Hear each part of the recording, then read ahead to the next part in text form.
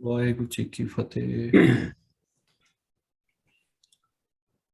पिछले साल मैं तुहाडे नाल एक इसे किस्म की वार्ता की सी।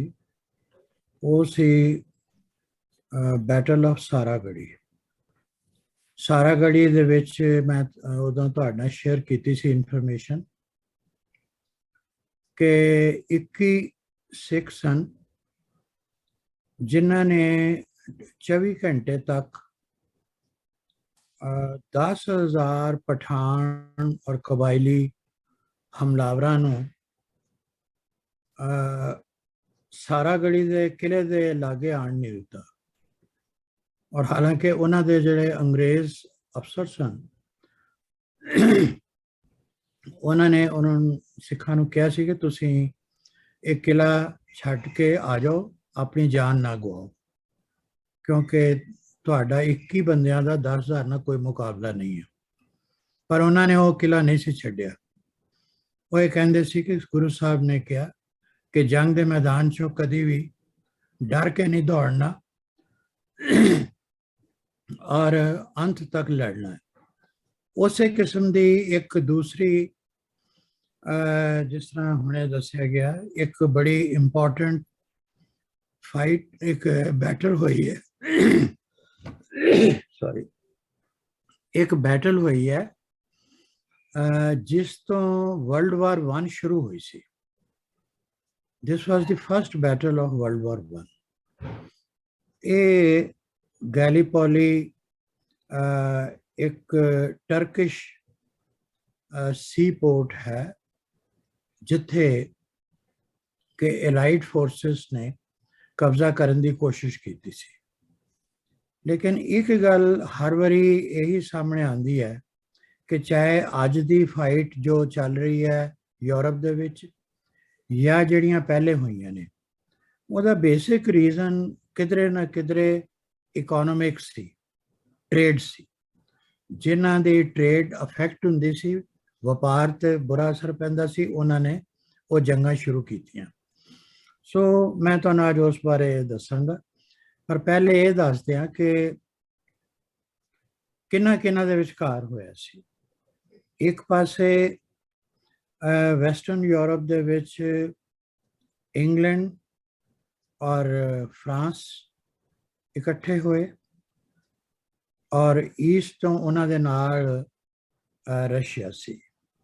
सो इसनों औंतांत कहते हैं इंग्लिश ते फ्रेंच विच कि ये 3 कंट्रीज इकट्ठे हुए यूरोप विच, जिसका मेन रीजन ये सी कि ये चाहते सन कि साडा ट्रेड, साडी बिजनेस, ये जड़ा व्यापार है वो वध सके। और उन्होंने लगता सी कि टर्की और जर्मनी जड़े ने ये इस ट्रेड दे विच रुकावट ने।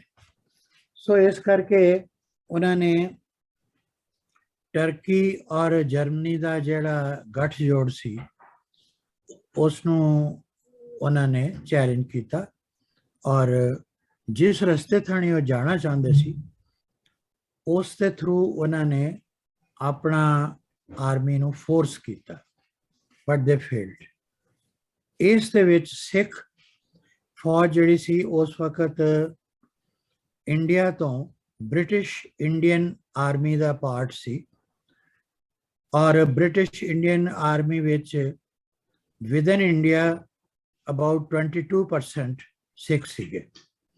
हालांकि इंडिया की पॉपुलेशन में सिखां की गिनती 2% है अंदाजे नाल, पर 22% सिख उस वक्त ब्रिटिश इंडियन आर्मी सीगे और सारे रहत मर्यादा वाले सी। ये एक बड़ी खास गल है कि ये पूरे गुरसिख सन। और जेड़ी आर्मी ब्रिटिश इंडिया दी गैलीपोली च लड़न वास्ते उन्होंने बुलाई वो तकरीबन 80% के करीब सिख सी। सो वो सारी बैटल दरअसल तो एक ए वार ऑफ सिख सी, क्योंकि 80% जे सिख सन तो बाकी तो थोड़े ही सन। खैर, अगर तुसी इस बैकग्राउंड नू देखो तो मैं तुहानू स्लाइड्स के नाल वो जगह भी दिखावांगा और किस तरह सिख लड़े, की कुछ उन्होंने बहादुरी दिखाई ਉਹ how it became a part of world history, ਉਹ ਮੈਂ ਤੁਹਾਨੂੰ ਉਸ ਦਾ ਬਰੀਫਲੀ ਜ਼ਿਕਰ ਕਰਾਂਗਾ।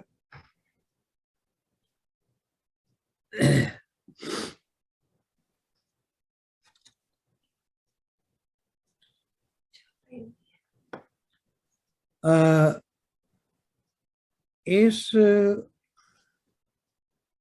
ਬੈਟਲ ਦੇ ਵਿੱਚ ਇਹ ਦੋ ਸਾਈਡ ਸਨ।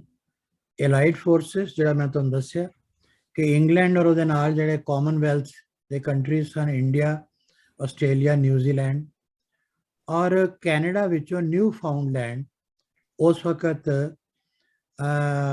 ਬ੍ਰਿਟਿਸ਼ ਕਾਮਨਵੈਲਥ ਦਾ ਪਾਰਟ ਸੀ।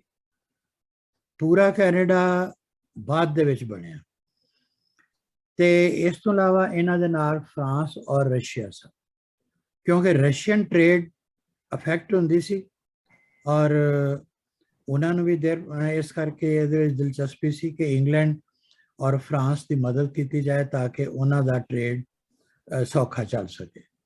ਔਰ ਇਹ ਵਾਰ ਅਗੇਂਸਟ ਹੋਈ ਹੈ ਆਟੋਮਨ ਐਮਪਾਇਰ, ਜਿਹੜਾ ਟਰਕੀ ਦਾ ਸੀ। ਇਹ ਇੱਕ ਬੜਾ ਪੁਰਾਣਾ ਸਿਵਲਾਈਜੇਸ਼ਨ ਹੈ ਆਟੋਮਨਸ ਦਾ।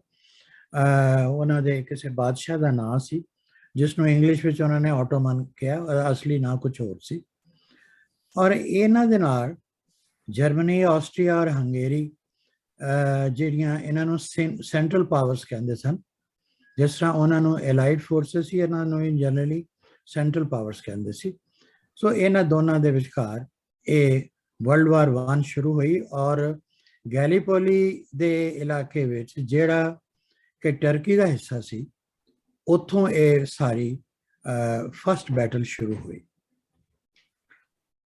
ਹੁਣ how can I get rid of this? एक मिनट। हाँ, सवाल है कि इंग्लैंड के साथियों ने हमला क्यों किया।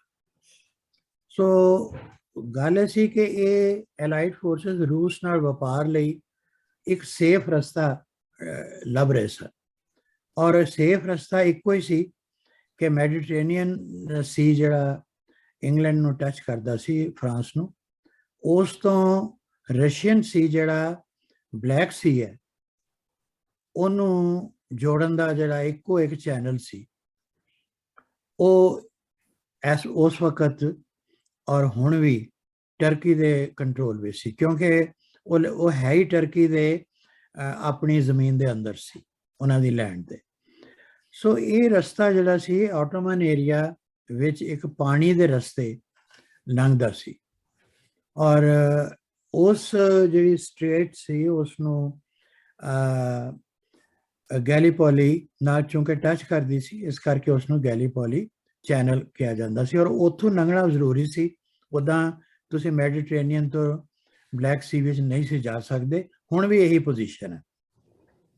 ਔਰ ਇਸ ਦਾ ਅੱਜ ਦੀ ਜਿਹੜੀ ਯੂਕਰੇਨ ਦੀ ਲੜਾਈ ਹੈ ਉਹਦੇ ਨਾਲ ਵੀ ਤਲਕ ਹੈ, ਉਹ ਮੈਂ ਤੁਹਾਨੂੰ ਬਾਅਦ ਦੱਸਾਂਗਾ ਕਿ ਕੀ ਸੰਬੰਧ ਹੈ ਔਰ ਇਹਦਾ ਕੀ ਹੋ ਸਕਦਾ, ਇਹਦੇ ਰੀਪਰਕਸ਼ਨਸ ਕੀ ਹੋਣਗੇ। ਇੰਗਲੈਂਡ ਔਰ ਉਹਦੇ ਜਿਹੜੇ ਸਾਥੀ ਐਲਾਈਡ ਫੋਰਸਿਸ ਸੀ, ਉਹ ਚਾਹੁੰਦੇ ਸੀ ਕਿ ਅਸੀਂ ਇਸ ਰਸਤੇ ਦੇ ਉੱਤੇ ਕਬਜ਼ਾ ਕਰ ਲਈਏ ਤਾਂ ਕਿ ਅਸੀਂ ਉਸ ਤੋਂ ਆਸਾਨੀ ਨਾਲ ਲੰਘ ਸਕੀਏ, ਕਿਉਂਕਿ ਉਹਨਾਂ ਦੇ ਸੈਂਕੜੇ ਸ਼ਿਪ ਹਰ ਰੋਜ਼ ਲੰਘਦੇ ਸਨ ਤੇ ਉਹਨਾਂ ਨੂੰ ਉਸ ਦੇ ਉੱਤੇ ਬੜੀ ਹੈਵੀ ਡਿਊਟੀ ਦੇਣੀ ਪੈਂਦੀ ਸੀ, ਬੜਾ ਨੁਕਸਾਨ ਹੁੰਦਾ ਸੀ ਪੈਸੇ ਦਾ, ਔਰ ਆਪਣੀ ਮਰਜ਼ੀ ਨਾਲ ਕੁਝ ਨਹੀਂ ਸੀ ਕਰ ਸਕਦੇ। ਸੋ ਵਰਲਡ ਵਾਰ 1 ਵਿੱਚ ਉਹਨਾਂ ਨੇ ਇਹ ਸੋਚਿਆ ਕਿ ਜਿਹੜਾ ਟਰਕੀ ਦਾ ਇੱਕ ਸ਼ਹਿਰ ਹੈ ਇਸਤਾਨਬੁਲ, ਅਸੀਂ ਅਗਰ ਉਸ ਨੂੰ ਕੰਟਰੋਲ ਕਰ ਰਹੀਏ ਤਾਂ ਫਿਰ ਅਸੀਂ ਟਰਕੀ ਦੇ ਨਾਲ ਨੈਗੋਸ਼ੀਏਟ ਕਰ ਸਕਦੇ ਹਾਂ, ਔਰ ਇਹ ਉਹਨਾਂ ਦਾ ਅਲਟੀਮੇਟ ਰੀਜ਼ਨ ਸੀ। ਅਗਰ ਤੁਸੀਂ ਇਸ ਹੁਣ ਮੈਪ ਵਿੱਚ ਦੇਖੋ ਤਾਂ ਗ੍ਰੀਨ ਕਲਰ ਵਿੱਚ ਲੈਫਟ ਟਾਪ ਤੇ ਯੂਨਾਈਟਿਡ ਕਿੰਗਡਮ ਹੈ, ਉਸ ਤੋਂ ਥੱਲੇ ਫਰਾਂਸ, ਔਰ ਐਕਸਟ੍ਰੀਮ ਰਾਈਟ ਸਾਈਡ ਤੇ ਰਸ਼ੀਆ ਹੈ ਗ੍ਰੀਨ ਕਲਰ ਵਿੱਚ। ਸੋ ਇਹਨਾਂ ਦੇ ਵਿਚਕਾਰ ਇੱਕ ਤਾਂ ਜਰਮਨ ਐਮਪਾਇਰ ਜਿਹੜਾ ਡਾਰਕ ਕਲਰ 'ਚ ਹੈ ਉਹ ਆਂਦਾ ਸੀ, ਤੇ ਦੂਸਰਾ ਜਿਹੜਾ ਹਲਕਾ ਕਰੀਮ ਕਲਰ ਦੇ ਵਿੱਚ ਦਿਖਾਇਆ ਗਿਆ ਹੈ ਇਹ ਆਟੋਮਨ ਐਮਪਾਇਰ ਸੀ। ਹੁਣ ਜਰਮਨਸ ਔਰ ਆਟੋਮਨ ਐम्पायर्स ਇਕੱਠੇ ਸਨ। ਸੋ ਇਸ ਕਰਕੇ ਉਹ ਇੰਗਲੈਂਡ ਔਰ ਫਰਾਂਸ ਜਿਹੜਾ ਸੀ ਰਸ਼ੀਆ ਦੇ ਨਾਲ ਆਪਣਾ ਵਪਾਰ ਨਹੀਂ ਸੀ ਕਰ ਪਾਉਂਦਾ, ਕਿਉਂਕਿ ਜਰਮਨ ਐम्पायर ਉਹਨਾਂ ਦੇ ਅਗੇਂਸਟ ਸੀਗਾ। ਜਰਮਨੀ ਨੂੰ ਹਮੇਸ਼ਾ ਇਹ ਰਿਹਾ ਕਿ ਅਸੀਂ ਯੂਰਪ ਦੇ ਵਿੱਚ ਡੋਮੀਨੇਟ ਕਰੀਏ। ਇਹ ਪਹਿਲੇ ਵੀ ਇਹੀ ਸੀ, ਔਰ ਹਿਟਲਰ ਦੇ ਟਾਈਮ ਤੇ ਖੈਰ ਇਹ ਐਕਸਟ੍ਰੀਮ ਤੇ ਚਲਾ ਗਿਆ।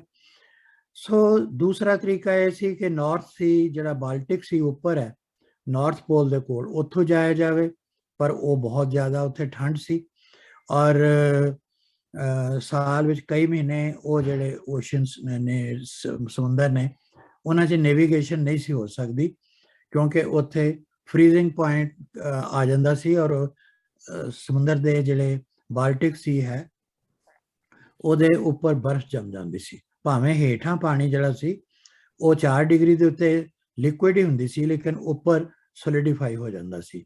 ਸੋ ਦੇ could not go from the other side. ਉਹਨਾਂ ਕੋਲ ਚਾਰਾ ਇੱਕੋ ਹੀ ਰਹਿ ਗਿਆ ਕਿ ਉਹ ਮੈਡੀਟਰੇਨੀਅਨ ਦੇ ਵਿੱਚੋਂ ਹੋ ਕੇ ਇਟਲੀ ਦੇ ਨਾਲ, ਤੇ ਉਹ ਗ੍ਰੀਸ ਦੇ ਹੇਠੋਂ ਦੀ ਹੋ ਕੇ, ਤੇ ਆਟੋਮਨ ਐम्पायर ਦਾ ਜਿਹੜਾ ਇੱਕ ਛੋਟਾ ਜਿਹਾ ਰਸਤਾ ਤੁਸੀਂ ਦੇਖ ਰਹੇ ਹੋ ਜਿਹੜਾ ਬਲੈਕ ਸੀ ਵਿੱਚ ਜਾਂਦਾ, ਉੱਥੋਂ ਲੰਘਣਾ ਬੜਾ ਜ਼ਰੂਰੀ ਹੋ ਗਿਆ, ਔਰ ਇੱਥੋਂ ਵਰਲਡ ਵਾਰ 1 ਸ਼ੁਰੂ ਹੋਈ। ਸੋ ਇਹੀ ਉਹੀ ਚੀਜ਼ ਮੈਂ ਦਿਖਾਈ ਹੈ ਕਿ ਗ੍ਰੀਨ ਜਿਹੜਾ ਹੈ ਅਗੇਨ ਇਹ ਬ੍ਰਿਟਿਸ਼ ਟੈਰੀਟਰੀ ਸੀਗੀ, ਔਰ ਜਿਹੜਾ ਇਸ ਵਿੱਚ ऑरेंज रेड कलर दिखाया ये जर्मनी और ऑटोमन एम्पायर सीगा, और विचकार एक बहुत छोटा नैरो जिहा रस्ता सी, जिस करके इस उन्हां दी सारी प्रॉब्लम क्रिएट हुई। यही हुण मैं डिटेल दिखा रहा उत्थे कि लैफ्ट दे उत्ते तुसी ग्रीस दे कोलों नंगो तो उस उपर जिहड़ा ब्राउन कलर दिखाया गया, ਇਹਦਾ ਪੁਰਾਣਾ ਨਾਂ ਸੀ ਕੌਂਸਟੈਂਟੀਨੋਪਲ, ਇਸਦਾ ਇਸਤਾਨਬੁਲ ਦਾ। ਹੁਣ ਅੱਜ ਕੱਲ੍ਹ ਉਸਦਾ ਨਵਾਂ ਨਾਂ ਇਹ ਹੈ। ਉਹ ਚਾਹੁੰਦੇ ਸੀ ਕਿ ਇਸ ਨੂੰ ਕਬਜ਼ਾ ਕਰ ਲਿਆ ਜਾਵੇ, ਔਰ ਥੱਲੇ ਚੂੰਕਿ ਸਾਰਾ ਆਟੋਮਨ ਐम्पायर ਟਰਕੀ ਦਾ ਸੀ, ਸੋ ਇੱਥੇ ਜਿੱਥੇ ਕਿ ਰੈੱਡ ਸਪੌਟ ਦਿਖਾਇਆ ਗਿਆ ਲੈਫਟ ਤੇ, ਉਹ ਗੈਲੀਪੋਲੀ ਦਾ ਪੈਨਿਨਸੂਲਾ ਸੀ। ਪੈਨਿਨਸੂਲਾ ਮਤਲਬ ਇਹੀ ਹੈ, ਤੁਹਾਨੂੰ ਪਤਾ ਹੈ ਕਿ ਉਹ 3 sides it was in water, it is still in water, ਤੇ ਇੱਕ ਸਾਈਡ ਉਸ ਦੀ ਇਹਨਾਂ ਦੇ ਟਰਕੀ ਦਾ ਜਿਹੜਾ ਯੂਰਪੀਅਨ ਪਾਰਟ ਸੀ ਉੱਪਰ, ਉਹਦੇ ਨਾਲ ਟੱਚ ਕਰਦਾ। ਸੋ ਇਨ ਐਨੀ ਕੇਸ ਇਹ ਸਾਰਾ ਗੈਲੀਪੋਲਾ ਦਾ ਏਰੀਆ ਔਰ ਜਿਹੜਾ ਵਿੱਚੋਂ ਉਹਨਾਂ ਦੀ ਚੈਨਲ ਸੀ, ਇਹ ਸਾਰੀ ਦੀ ਸਾਰੀ ਟਰਕੀ ਦੇ ਵਿੱਚ ਸੀ। ਇਸ ਕਰਕੇ ਕਿਸੇ ਹੋਰ ਕੰਟਰੀ ਦੀ ਉਸ ਵਿੱਚ ਕੋਈ ਇੰਟਰਫੇਰੈਂਸ ਹੋ ਨਹੀਂ ਸੀ ਸਕਦੀ, ਪਰ ਐਲਾਈਡ ਫੋਰਸਿਸ ਨੇ ਚੂੰਕਿ ਉਹਨਾਂ ਦਾ ਟ੍ਰੇਡ ਐਡਵਰਸਲੀ ਅਫੈਕਟ ਹੋ ਰਿਹਾ ਸੀ, ਇਸ ਕਰਕੇ ਉਹਨਾਂ ਨੇ they try to force their way through this channel. ਉਹਨਾਂ ਨੇ ਜ਼ਬਰਦਸਤੀ ਉੱਥੋਂ ਲੰਘਣ ਦੀ ਕੋਸ਼ਿਸ਼ ਕੀਤੀ। ਸੋ ਉਹਨਾਂ ਦਾ ਆਬਜੈਕਟਿਵ ਇਹ ਸੀ ਕਿ ਇੱਕ ਤਾਂ ਜਰਮਨੀ ਔਰ ਟਰਕੀ ਨੂੰ ਵਰਲਡ ਵਾਰ 1 ਦੇ ਵਿੱਚੋਂ ਕਿਸੇ ਤਰੀਕੇ ਕਮਜ਼ੋਰ ਕਰਕੇ ਬਾਹਰ ਕੱਢਿਆ ਜਾਏ, ਨੌਕਆਊਟ ਕੀਤਾ ਜਾਏ, ਔਰ ਉਹਦੇ ਲਈ ਪਹਿਲਾ ਕੰਮ ਜਿਹੜਾ ਵਿੰਸਟਨ ਚਰਚਿਲ ਨੇ ਕੀਤਾ ਇੰਗਲੈਂਡ ਤੋਂ, ਕਿ ਉਸ ਨੇ ਗੈਲੀਪੋਲੀ ਦੀ ਚੈਨਲ ਨੂੰ ਖੋਲ੍ਹਣ ਵਾਸਤੇ ਇੱਕ ਨੈਵਲ ਆਪਰੇਸ਼ਨ ਸ਼ੁਰੂ ਕੀਤਾ। ਤੁਹਾਨੂੰ ਪਤਾ ਹੈ ਕਿ ਇੰਗਲੈਂਡ ਦੀ ਸਭ ਤੋਂ ਦੁਨੀਆ 'ਚ ਪਾਵਰਫੁਲ ਉਸ ਵਕਤ ਨੇਵੀ ਸੀ। ਆਰਮੀ ਜਾਂ ਏਅਰਫੋਰਸ ਅਜੇ ਉਨੀ ਨਹੀਂ ਸੀ ਹੋਈ। ਏਅਰ ਆਪਰੇਸ਼ਨ ਤਾਂ ਖੈਰ ਕਾਫੀ ਲੇਟ ਹੀ ਸ਼ੁਰੂ ਹੋਏ ਸਨ, ਤੇ ਉਹ ਜਿਹੜਾ ਚੈਨਲ ਸੀ ਉਹ 60 ਕਿਲੋਮੀਟਰ ਲੰਬਾ ਸੀ, ਔਰ ਪਾਣੀ ਦੀ ਚੈਨਲ ਉਨੀ ਹੀ ਲੰਬੀ ਤਕਰੀਬਨ ਗੈਲੀਪੋਲੀ ਦਾ ਲੈਂਡ ਏਰੀਆ ਸੀ, ਔਰ 6 ਕਿਲੋਮੀਟਰ ਉਸਦਾ ਦੱਸਿਆ ਗਿਆ ਕਿ ਵਾਈਡ ਹੈ। ਤਾਂ ਉਸ ਚੈਨਲ ਦੇ ਵਿੱਚੋਂ ਲੰਘਣ ਦੀ ਉਹਨਾਂ ਨੇ ਕੋਸ਼ਿਸ਼ ਕੀਤੀ ਜ਼ਬਰਦਸਤੀ। ਸੋ ਉਹ ਇੱਕ ਉਹਨਾਂ ਦਾ ਸਪਲਾਈ ਰੂਟ ਸੀ ਟੂ ਬਲੈਕ ਸੀ। ਦੂਸਰੀ ਗੱਲ ਇਹ ਸੀ ਕਿ ਜਿਹੜੀ ਬਲੈਕ ਸੀ ਹੈ, it's a warm water port. ਉੱਥੇ ਉੱਪਰ ਬਾਲਟਿਕ ਸੀ ਵਾਂਗ ਠੰਡ ਨਹੀਂ ਹੈਗੀ ਸੀ, ਔਰ ਇਹ ਇੱਕ ਬੜਾ ਉਹਨਾਂ ਲਈ ਪੋਜ਼ਿਟਿਵ ਪੁਆਇੰਟ ਸੀ। ਸੋ ਉਹ ਇਹ ਵੀ ਜਿਸ ਤਰ੍ਹਾਂ ਮੈਂ ਦੱਸਿਆ ਐਕਸਪੋਜ਼ ਕਰਨਾ ਚਾਹੁੰਦੇ ਸੀ ਟਰਕੀ ਦਾ ਕੈਪੀਟਲ ਇਸਤਾਨਬੁਲ ਨੂੰ, ਤਾਂ ਕਿ ਉਹਦੇ ਉੱਤੇ ਐਲਾਈਡ ਫੋਰਸਿਸ ਆਪਣਾ ਬੈਟਲ ਸ਼ਿਪਸ ਦੇ ਨਾਲ, ਜਿਹੜੀ ਨੇਵੀ ਸ਼ਿਪ ਹੁੰਦੇ ਨੇ ਬੈਟਲ ਸ਼ਿਪਸ, ਉਹਨਾਂ ਦੇ ਉੱਤੇ ਜਿਹੜੀਆਂ ਗਨਸ ਸਨ ਉਹਦੇ ਨਾਲ ਅਟੈਕ ਕਰਕੇ ਔਰ ਉਸ ਨੂੰ ਕਬਜ਼ਾ ਕਰ ਲੈਣ ਔਰ ਉਸ ਤੋਂ ਬਾਅਦ ਉਹਨਾਂ ਨੂੰ ਬਲੈਕਮੇਲ ਜਾਂ ਕਹਿ ਲਓ ਨੈਗੋਸ਼ੀਏਟ ਕਰਨ ਲਈ ਮਜਬੂਰ ਕਰ ਦੇਣ। That was their objective. So ਇਹ ਵੀ ਉਹਨਾਂ ਨੂੰ ਸੀ ਕਿ ਅਗਰ ਗੈਲੀਪੋਲੀ ਸਾਡੇ ਕਬਜ਼ੇ 'ਚ ਆ ਜਾਂਦੀ ਹੈ ਔਰ ਇਹ ਰਸਤਾ ਖੁੱਲ ਜਾਂਦਾ ਹੈ ਤਾਂ ਨਾਲ ਦੀ ਨਾਲ ਜਿਹੜੇ ਐਲਾਈਜ਼ ਸਨ ਇਹਨਾਂ ਲਈ ਸੂਏਜ਼ ਕਨਾਲ ਨੂੰ ਵੀ ਕੰਟਰੋਲ ਕਰਨਾ ਸੌਖਾ ਹੋ ਜਾਂਦਾ ਸੀ। ਤੇ ਹੋਇਆ ਇਹ ਕਿ ਐਲਾਈਜ਼ ਦਾ ਨੈਵਲ ਫਲੀਟ ਸੀ ਉਹ ਲੜਾਈ ਸ਼ੁਰੂ ਹੋਣ ਤੋਂ ਕੁਝ ਮਹੀਨਿਆਂ ਅੰਦਰ ਅੰਦਰ ਆਲਮੋਸਟ ਕੰਪਲੀਟਲੀ ਡਿਸਟਰੋਏ ਹੋ ਗਿਆ। ਹੁਣ ਇਹ ਡਿਸਟਰਕਸ਼ਨ ਕਿਸ ਤਰ੍ਹਾਂ ਹੋਈ ਉਹਦਾ ਇੱਕੋ ਰੀਜ਼ਨ ਸੀ ਕਿ ਅੱਜ ਤੱਕ ਅਸੀਂ ਸਭ ਨੇ ਇਹੀ ਜਾਣਦੇ ਹਾਂ ਕਿ ਜ਼ਮੀਨ ਦੇ ਉੱਤੇ ਲੈਂਡ ਮਾਈਨਸ ਵਿਛਾਈਆਂ ਜਾਂਦੀਆਂ ਨੇ ਜਦੋਂ ਦੋ ਜੰਗ ਹੁੰਦੇ ਨੇ ਦੋ ਪਾਰਟੀਆਂ ਕੰਟਰੀ ਦੇ ਵਿੱਚ ਤਾਂ ਕਿ ਦੁਸ਼ਮਣ ਤੁਹਾਡੇ ਏਰੀਆ ਦੇ ਵਿੱਚ ਸੌਖੀ ਤਰ੍ਹਾਂ ਆ ਨਾ ਸਕੇ। ਜਿਉਂ ਹੀ ਕਿਸੇ ਬੰਦੇ ਦਾ ਸਿਪਾਹੀ ਦਾ ਜਾਂ ਕਿਸੇ ਦਾ ਉਸ ਦੇ ਉੱਤੇ ਪੈਰ ਪੈਂਦਾ ਤੇ ਲੈਂਡ ਮਾਈਨ ਫਟ ਜਾਂਦੀ ਹੈ। It leads to death of the person. ਇਸੇ ਤਰ੍ਹਾਂ ਜੇ ਕੋਈ ਟੈਂਕ ਹੈ ਜਾਂ ਵਹੀਕਲ ਹੈ ਉਹ ਉਸ ਤੋਂ ਲੰਘੇ ਉਹ ਵੀ ਉੱਡ ਜਾਏਗਾ। ਸੋ ਥੀਸ ਵਰ ਲੈਂਡ ਮਾਈਨਸ। ਪਰ ਕਿਸੇ ਨੂੰ ਇਹ ਪਤਾ ਨਹੀਂ ਸੀ ਕਿ ਜਰਮਨਸ ਔਰ ਟਰਕਿਸ਼ ਪੀਪਲ ਇਹਨਾਂ ਨੇ ਉਹ ਜਿਹੜੀ ਚੈਨਲ ਸੀ ਉਹਦੇ ਬੈੱਡ ਉੱਤੇ ਵੀ ਉਹਨਾਂ ਨੇ ਲੈਂਡ ਮਾਈਨਸ ਵਿਛਾਈਆਂ ਹੋਈਆਂ ਸੀ। ਇਸ ਗੱਲ ਦਾ ਐਲਾਈਜ਼ ਨੂੰ ਪਤਾ ਨਹੀਂ ਸੀ ਤੇ ਉਹਨਾਂ ਨੇ ਆਪਣੇ ਧਿਆਨ ਨਾਲ ਜਿਹੜੇ ਨਾਰਮਲ ਉਹਨਾਂ ਨੂੰ ਆਤਮ ਵਿਸ਼ਵਾਸ ਸੀ ਕਿ ਅਸੀਂ ਇਸ ਨੂੰ ਚੈਨਲ ਨੂੰ ਪਾਰ ਕਰ ਜਾਾਂਗੇ ਕਿਉਂਕਿ ਸਾਡੇ ਪਾਸ ਬੜੇ ਸਟਰੋਂਗ ਬੈਟਲਸ਼ਿਪ ਹੈਗੇ ਨੇ ਉਹਨਾਂ ਦੇ ਉੱਤੇ ਬੜੇ ਵੱਡੇ ਵੱਡੇ ਕੈਨਨਸ ਨੇ। ਸੋ ਨੋਬਡੀ ਕੈਨ ਸਟਾਪ ਅਸ। ਇਸ ਭੁਲੇਖੇ ਦੇ ਵਿੱਚ ਉਹਨਾਂ ਨੇ ਆਪਣੇ ਸ਼ਿਪਸ ਨੂੰ ਉੱਤੇ ਭੇਜਿਆ ਲੇਕਿਨ ਹੇਠਾਂ ਜਿਸ ਤਰ੍ਹਾਂ ਲੈਂਡ ਮਾਈਨਸ ਹੁੰਦੀਆਂ ਨੇ ਉਸ ਤਰ੍ਹਾਂ ਉਹਨਾਂ ਨੇ ਅੰਡਰ ਵਾਟਰ ਵੀ ਮਾਈਨਸ ਵਿਛਾਈਆਂ ਹੋਈਆਂ ਸੀ। ਸੋ ਜਿਉਂ ਹੀ ਉੱਥੋਂ ਸ਼ਿਪਸ ਲੰਘਣੇ ਸ਼ੁਰੂ ਹੋਏ ਵਨ ਆਫਟਰ ਦੀ ਅਦਰ ਉਹ ਸਾਰੇ ਸ਼ਿਪਸ ਸੀ ਉਹਨਾਂ ਮਾਈਨਸ ਦੇ ਨਾਲ ਡਿਸਟਰੋਏ ਹੋਏ। ਫਿਰ ਉਸ ਤੋਂ ਬਾਅਦ ਫਰਾਂਸ ਦੀ ਕੋਲ ਸਬਮੈਰੀਨਸ ਬੜੀਆਂ ਅੱਛੀਆਂ ਸੀ ਉਹਨਾਂ ਨੇ ਸਬਮੈਰੀਨਸ ਭੇਜੀਆਂ ਲੇਕਿਨ ਸਬਮੈਰੀਨਸ ਵੀ ਬਲੋ ਅਪ ਹੋ ਗਈਆਂ। ਸੋ ਇਸ ਤਰ੍ਹਾਂ ਉਹ ਉਸ ਚੈਨਲ ਨੂੰ ਕ੍ਰਾਸ ਕਰਨ ਵਿੱਚ ਐਲਾਈਜ਼ ਜਿਹੜੇ ਸਨ ਬ੍ਰਿਟਿਸ਼ ਫ੍ਰੈਂਚ ਉਹ ਟੋਟਲੀ ਅਨਸਕਸੈਸਫੁਲ ਹੋਏ। ਦੇ ਫੇਲਡ ਇਟ। ਇਨ ਫੈਕਟ ਉਸ ਵਕਤ ਤਾਂ ਇਹ ਹੋਇਆ ਕਿ ਚਰਚਿਲ ਜਿਹੜਾ ਉਸ ਵੇਲੇ ਲਾਰਡ ਆਫ ਐਡਮਾਇਰਲਟੀ ਸੀ ਜਿਸ ਨੇ ਇਹ ਸਾਰਾ ਆਪਰੇਸ਼ਨ ਪਲਾਨ ਕੀਤਾ ਸੀ ਉਸ ਨੂੰ ਆਪਣੇ ਅਹੁਦੇ ਤੋਂ ਹਟਾਤਾ ਗਿਆ ਉਸ ਨੂੰ ਡਿਮੋਟ ਕਰਤਾ ਗਿਆ ਕਿਉਂਕਿ ਇਟ ਵਾਸ ਥਾਟ ਕਿ ਇਹ ਇਸੇ ਬੰਦੇ ਦੀ ਗਲਤੀ ਕਰਕੇ ਸਭ ਕੁਝ ਹੋਇਆ। ਔਰ in spite of the fact ਕਿ British Navy was the most powerful in the world at that time, they lost their first fleet ਜਿਹੜੀ ਸਭ ਤੋਂ ਪਾਵਰਫੁਲ ਫਲੀਟ ਸੀ। ਸੋ ਇਸ ਵਕਤ ਇੱਕੋ ਇੱਕ ਰਸਤਾ ਇਹਨਾਂ ਦੇ ਕੋਲ ਰਹਿ ਗਿਆ ਸੀ ਐਲਾਈਜ਼ ਕੋਲ ਕਿ ਉਹ ਇੱਕ ਲੈਂਡ ਕੰਪੇਨ ਸ਼ੁਰੂ ਕਰਨ ਗੈਲੀਪੋਲੀ ਦੇ ਵਿੱਚ ਕਿਉਂਕਿ ਉਹ ਉਸ ਤੋਂ ਲੈਂਡ ਦੇ ਆਪਰੇਸ਼ਨ 'ਚ ਉਹਨਾਂ ਨੂੰ ਪਤਾ ਸੀ ਕਿ ਸਿੱਖ ਫੌਜ ਸਾਡੇ ਕੋਲ ਬੜੀ ਬਹਾਦਰ ਹੈਗੀ ਹੈ ਔਰ ਜਿਹੜੀ ਕਾਮਨਵੈਲਥ ਚਾਹੇ ਉਹ ਇੰਡੀਆ ਹੈ ਜਾਂ ਕਾਮਨਵੈਲਥ ਦੇ ਵਿੱਚ ਆਸਟ੍ਰੇਲੀਆ ਨਿਊਜ਼ੀਲੈਂਡ ਹੈ ਉਹਨਾਂ ਦੇ ਵਿੱਚ ਜਿੰਨੀਆਂ ਵੀ ਉਹਨਾਂ ਨੇ ਬ੍ਰਿਟਿਸ਼ ਇੰਡੀਅਨ ਆਰਮੀਜ਼ ਨੂੰ ਬੁਲਾਇਆ ਸੀ ਉਸ ਵਾਰ ਵਾਸਤੇ ਉਹਨਾਂ 'ਚ ਮੈਂ ਤੁਹਾਨੂੰ ਦੱਸਿਆ ਵੀ 80% ਦੇ ਕਰੀਬ ਸਿੱਖ ਸੀਗੇ ਔਰ ਸਿੱਖ ਫੌਜ ਦੇ ਉੱਤੇ ਬ੍ਰਿਟਿਸ਼ ਜਨਰਲਸ ਨੂੰ ਬਹੁਤ ਯਕੀਨ ਸੀ ਕਿ ਇਹ ਕਦੀ ਵੀ ਮੈਦਾਨ ਛੱਡ ਕੇ ਦੌੜਨ ਵਾਲੇ ਬੰਦੇ ਨਹੀਂ ਹੈਗੇ ਔਰ ਇਹ ਬਹਾਦਰ ਨੇ ਔਰ ਲੜਨਗੇ। ਸੋ ਉਹਨਾਂ ਨੇ ਜਿਸ ਵਕਤ ਪੂਰੀ ਤਰ੍ਹਾਂ ਨੈਵਲ ਫਲੀਟ ਡਿਸਟਰੋਏ ਹੋਈ ਉਸ ਤੋਂ ਬਾਅਦ ਉਹਨਾਂ ਨੇ ਲੈਂਡ ਕੰਪੇਨ ਗੈਲੀਪੋਲੀ ਦੇ ਵਿੱਚ ਸ਼ੁਰੂ ਕੀਤਾ ਔਰ ਇਹ ਪੈਨਿਨਸੂਲਾ ਮੈਂ ਤੁਹਾਨੂੰ ਦੱਸਿਆ ਵੀ ਇਹਦੇ ਤਿੰਨ ਪਾਸੇ ਸਮੁੰਦਰ ਹੈ ਤੇ ਪਾਣੀ ਹੈ ਔਰ ਇੱਕ ਪਾਸੇ ਉਹ ਲੈਂਡ ਨਾਲ ਕਨੈਕਟਡ ਹੈ ਜਿਹੜੀ ਲੈਂਡ ਕਿ ਬੇਸਿਕਲੀ ਟਰਕੀ ਦੀ ਹੈ ਔਰ ਉਸ ਤੋਂ ਇਲਾਵਾ ਉਸ ਲੈਂਡ ਦੀ ਜਿਹੜੀ ਯੂਰਪ ਦੇ ਵਿੱਚ ਜਿਹੜਾ ਉਹਨਾਂ ਦਾ ਪਾਰਟ ਸੀ ਟਰਕੀ ਦਾ ਉਹਦੇ ਪਿਛਲੇ ਪਾਸੇ ਜਰਮਨੀ ਦੀ ਯਾਨੀ ਬਾਰਡਰ ਸੀਗਾ। ਸੋ ਉਹਨਾਂ ਨੂੰ ਪਤਾ ਸੀ ਵੀ ਇੱਧਰ ਸਾਨੂੰ ਸੇਫ ਹੈ, ਇਹ ਆਟੋਮਨ ਐਮਪਾਇਰ ਦਾ ਇਹ ਖਿਆਲ ਸੀ।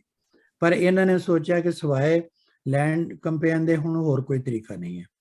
ਸੋ ਉਹਨਾਂ ਨੇ ਇਹ ਜਿਹੜੇ ਸਿੱਖ ਉਸ ਵਕਤ ਦੇ ਫੌਜਾਂ ਸਨ ਉਹਨਾਂ ਨੂੰ ਉਸ ਵਕਤ ਇਨਵੋਕ ਕੀਤਾ ਕਿ ਇਹਨਾਂ ਨੂੰ ਇਹਨਾਂ ਦੇ ਵਿੱਚ ਭੇਜੋ, ਇਹੀ ਇਸ ਨੂੰ ਬਚਾ ਸਕਦੇ ਨੇ ਵਾਰ ਨੂੰ।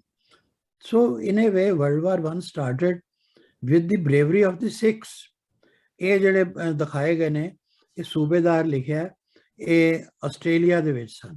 ਉਹ ਕਿਉਂਕਿ ਆਸਟ੍ਰੇਲੀਅਨ ਆਰਮੀ ਵੀ ਜਿਹੜੀ ਸੀ ਉਹ ਬ੍ਰਿਟਿਸ਼ ਆਰਮੀ ਦਾ ਹੀ ਪਾਰਟ ਸੀ, ਸੋ ਦੇ ਕੇਮ ਫਰੋਮ ਦੈਟ ਸਾਈਡ। ਔਰ ਬੇਸ਼ੱਕ ਜਿਹੜੀ ਵਰਲਡ ਵਾਰ 1 ਸੀ 1914 ਤੋਂ 18 ਦੇ ਵਿਚਕਾਰ, ਇਹ ਅਖੀਰ ਤੇ ਜਿੱਤੇ ਉਸ ਵਿੱਚ ਐਲਾਈਡ ਫੋਰਸਿਸ ਹੀ ਸਨ, ਪਰ ਜਿਹੜੀ ਇਹ ਵਾਰ ਸੀ, ਜਿਹੜੀ ਪਹਿਲੀ ਵਾਰ ਸੀ ਗੈਲੀਪੋਲੀ ਦੀ, ਇਹ ਵਾਰ ਐਲਾਈਡ ਫੋਰਸਿਸ ਤਕਰੀਬਨ ਹਾਰ ਚੁੱਕੇ ਸਨ ਔਰ ਇਸ ਵਿੱਚ ਫਰਾਂਸ, ਰਸ਼ੀਆ ਔਰ ਬ੍ਰਿਟਨ ਦਾ ਬਹੁਤ ਭਾਰੀ ਨੁਕਸਾਨ ਹੋਇਆ ਸੀ। ਜੋ ਬਚਾ ਥੋੜਾ ਬਹੁਤ ਇਹਨਾਂ ਦਾ ਹੋਇਆ ਉਹ ਬਿਕੋਜ਼ ਆਫ ਦੀ ਸਿੱਖਸ ਬਰੇਵਰੀ ਹੋਇਆ। ਅਦਰਵਾਈਜ਼ ਜਰਮਨੀ ਜਿਹੜੀ ਔਰ ਜਿਹੜਾ ਆਟੋਮਨ ਐਮਪਾਇਰ ਹੈ, ਦੇ wood have ruled the world today. Germany ਦੀ ਤੇ ਖੈਰ ਇਹ ਐਂਬੀਸ਼ਨ ਹੀ ਸ਼ੁਰੂ ਤੋਂ ਹੀ ਸੀ ਟੂ ਡੋਮੀਨੇਟ ਯੂਰਪ। ਸੋ ਉਸ ਵਾਸਤੇ ਇੱਕੋ ਇੱਕ ਰੁਕਾਵਟ ਪਈ ਔਰ ਉਹ ਸੀ ਸਿੱਖਸ। ਜਿਸ ਤਰ੍ਹਾਂ ਮੈਂ ਇੱਥੇ ਲਿਖਿਆ ਕਿ 2% ਇੰਡੀਆ ਦੀ ਪਾਪੂਲੇਸ਼ਨ ਹੈ ਔਰ 22% ਬ੍ਰਿਟਿਸ਼ ਇੰਡੀਅਨ ਆਰਮੀ ਜੋ ਇੰਡੀਆ ਵਿੱਚ ਹੈ ਉਹਦੇ ਨੇ, ਪਰ 80% ਜਿਹੜੇ ਸੀ ਉਹਨਾਂ ਨੂੰ ਇਸ ਵਰਲਡ ਵਾਰ ਦੀ ਪਹਿਲੀ ਬੈਟਲ ਦੇ ਵਿੱਚ ਬੁਲਾਇਆ ਗਿਆ। ਔਰ ਵਰਲਡ ਵਾਰ 1-2 ਦੇ ਵਿੱਚ ਤਕਰੀਬਨ 1 ਲੱਖ ਸਿੱਖ ਮਾਰੇ ਗਏ ਔਰ 1 ਲੱਖ ਤੋਂ ਵੱਧ ਉਹਨਾਂ ਨੂੰ ਜ਼ਖਮੀ ਹੋਏ। ਸੋ ਇੱਥੋਂ ਸਿੱਖਸ ਦੀ ਕੰਟਰੀਬਿਊਸ਼ਨ ਸ਼ੁਰੂ ਹੋ ਜਾਂਦੀ ਹੈ। ਹੁਣ ਆਸਟ੍ਰੇਲੀਆ ਦੇ ਵਿੱਚ ਇੱਕ ਆਰਮੀ ਕ੍ਰੀਏਟ ਹੋਈ ਸੀ, ਉਸਦਾ ਨਾਮ ਸੀ ANZAC. ANZAC stands for Australian and New Zealand army corps. ਔਰ ਇਸੇ ਤਰ੍ਹਾਂ ਨਿਊਜ਼ੀਲੈਂਡ ਦੇ ਵਿੱਚ NZEF ਇੱਕ ਇਹ ਵੀ ਆਰਮੀ ਦੀ ਯੂਨਿਟ ਸੀ, ਜਿਸ ਦਾ ਮਤਲਬ ਹੈ ਕਿ ਨਿਊਜ਼ੀਲੈਂਡ ਐਕਸਪੀਡੀਸ਼ਨ ਫੋਰਸ। ਔਰ ਕੁਝ ਇਹਨਾਂ ਦੇ ਆਰਮੀ ਯੂਨਿਟਸ ਜਿਹੜੀਆਂ ਸਨ ਉਹ ਈਜਿਪਟ ਵਿੱਚ ਵੀ ਉਸ ਵਕਤ ਸਨ, ਜੋ ਕਿ ਅੰਡਰ ਟ੍ਰੇਨਿੰਗ ਸਨ। ਔਰ ਈਜਿਪਟ ਵੀ ਉਸ ਵਕਤ ਐਲਾਈਜ਼ ਦੇ ਨਾਲ ਸਿੰਪਥੈਟਿਕ ਸੀ, ਸੋ ਉਹਨਾਂ ਨੇ ਉਹਨਾਂ ਨੂੰ ਵੀ ਉੱਥੋਂ ਬੁਲਾ ਲਿਆ ਔਰ ਇੱਧਰੋਂ ਆਸਟ੍ਰੇਲੀਆ ਔਰ ਨਿਊਜ਼ੀਲੈਂਡ ਤੋਂ ਐਨਜ਼ੈਕ ਔਰ NZEF ਜਿਹੜੇ ਸਨ ਇਹਨਾਂ ਨੂੰ ਉਹਨਾਂ ਨੇ ਬੁਲਾਇਆ।